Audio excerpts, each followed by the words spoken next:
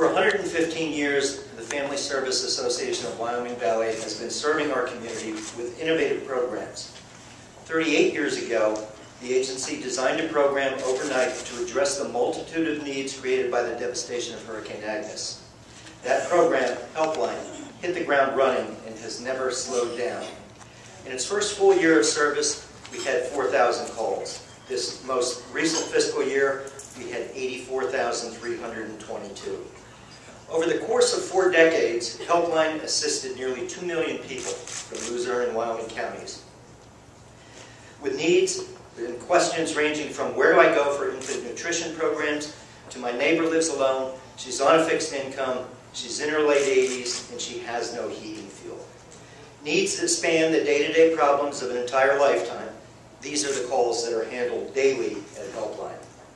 In addition, Helpline provides the most comprehensive network of the after-hours emergency services in the state.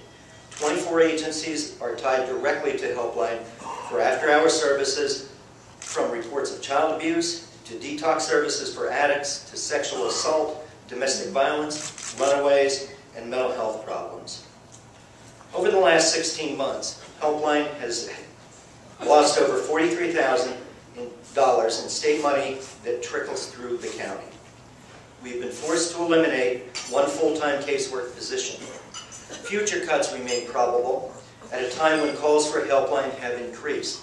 In the first quarter of this fiscal year, for example, we've already answered 24,913 calls, which puts us on a pace to go over or be very close to 100,000 calls. Helpline's also unique in that it is a free service to anyone in the community.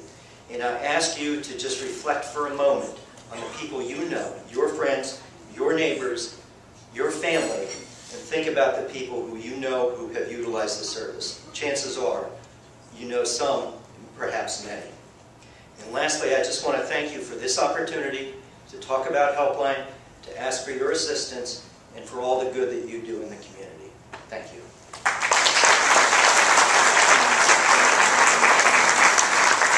Are there any questions for Mike? Yes, ma'am. What's the size of your staff and the volunteer staff? What is the size of the staff as well as the volunteer staff?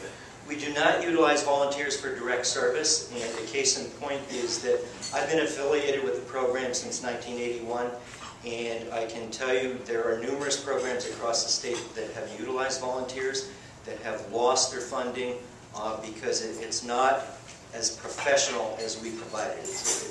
Our people are professional caseworkers. And because of the nature of the after-hours calls in particular, we rely on that expertise for child abuse reports and mental health situations. Our staff, we have 6 full-time people and we have 2 per diem people. And that's to staff the service around the clock. Yes, sir. Do you collect data on the calls you get that you use for community planning? Yes, we do. Annually, we do an unmet needs report, and we also categorize the calls that we have into, I think our taxonomy is about 250, 275 different areas of need. That information is sent out annually to the United Way, to the Office of Human Services, and other funding entities.